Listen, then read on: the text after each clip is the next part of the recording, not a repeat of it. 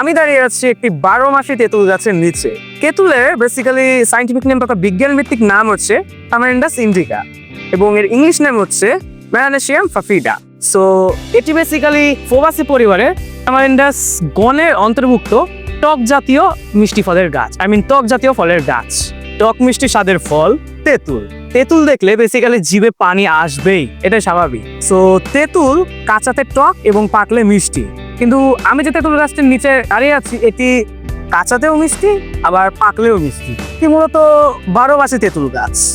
Interesting fact হচ্ছে তেঁতুল সাধারণত গ্রীষ্মকালে অর্থাৎ গরম এবং উষ্ণ শুষ্ক আবহাওয়ায় জন্মে, কিন্তু আমি যে গাছটির নিচে দাঁড়িয়ে আছি এটি হচ্ছে 12 মাসি তেঁতুল, অর্থাৎ এটি 12 মাসই হয়। যেমনটা দেখতে পাচ্ছেন যে বর্তমানে কিন্তু শীতকাল, চারিদিকে প্রচুর ঠান্ডা পড়েছে, তার সত্ত্বেও ওপরে কতগুলো তেঁতুল ধরেছে। গাইস, ভিডিওটি আসলে জানুয়ারি মাসে শুট করা, তাই সেই সময় চারিদিকে প্রচন্ড শীত, তাই এটি মূলত 12 মাসি তেঁতুল। তেঁতুলে রয়েছে ভিটামিন এ, যা আমাদের দৃষ্টিশক্তি বাড়ায় এবং চোখের বিভিন্ন রোগ প্রতিরোধে সক্ষম। একই সাথে তেঁতুলে উপস্থিত ভিটামিন সি মানবদেহের রোগ প্রতিরোধ ক্ষমতা বাড়ায়।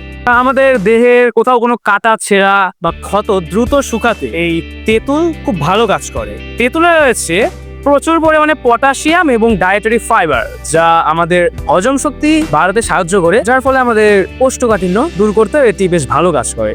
তেঁতুলে উপস্থিত অ্যান্টিঅক্সিডেন্ট আমাদের রক্তচাপ নিয়ন্ত্রণ করতে সাহায্য করে এবং রক্তে উপস্থিত খারাপ কোলেস্টেরল দূর করে হৃদরোগের ঝুঁকি কমাতে এটি বেশ সহায়ক। পাশাপাশি ত্বকের উজ্জ্বলতা বাড়ায়, ত্বকে বয়সের ছাপ করতে দেয় না। একই সাথে উক্ত অ্যান্টিঅক্সিডেন্ট রোদের পোড়াদাগ দূর করতে খুব ভালো কাজ করে। পেটে ব্যথা, সর্দি কাশি এবং জ্বরের ঔষধ হিসেবে তেঁতুল বেশ ব্যবহৃত হয়। এতে থাকা টার্টারিক অ্যাসিড ডায়াবেটিক্স প্রতিরোধে বেশ কার্যকর। আপনি জানেন কিনা আমি জানি না।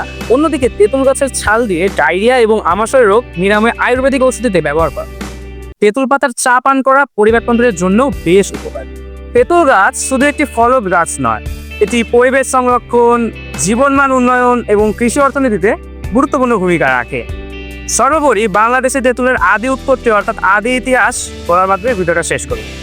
তেঁতুলের আদি উৎপত্তি স্থান কিন্তু আফ্রিকার গ্রীষ্মমণ্ডলীয় অঞ্চলে। তবে ধারণা করা হয় আফ্রিকার ব্যবসায়ী ও পরিব্রাজকরা প্রাচীনকালে এটি দক্ষিণ এশিয়ায় নিয়ে আসে। প্রায় 1000 বছর আগে তেঁতুল দক্ষিণ এশিয়ায় প্রবেশ করে এবং এখানকার উষ্ণ আর্দ্র পরিবেশে ভালোভাবে বেড়ে ওঠে। মুঘল আমলে তেঁতুলকে খাদ্য ঔষধি কাজে গুরুত্বপূর্ণ উপাদান হিসেবে ব্যবহৃত হতো।